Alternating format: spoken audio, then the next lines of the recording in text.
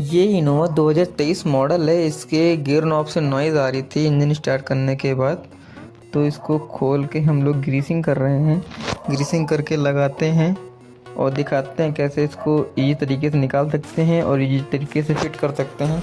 दिखाते हैं proper process.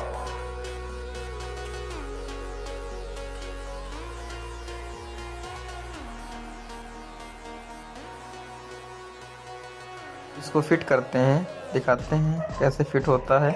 बहुत इजी तरीके से फिट होता है। ये लॉक देख रहे हैं, यही सिर्फ लॉक घुमाना रहता है एंटी क्लॉकवाइज और एंटी क्लॉकवाइज और क्लॉकवाइज खुल जाता है। बस बैठा के घुमा देना है लॉक को, बस आराम से फिक्स हो जाता है। उसके बाद चेक करने पे इसकी नॉइज़ ख़त्म हो गई थी। तो थैंक यू गैस। अगर वीडियो अच्छी लगी हो तो लाइक, सब्सक्राइब एंड शेयर कर दीजिएगा।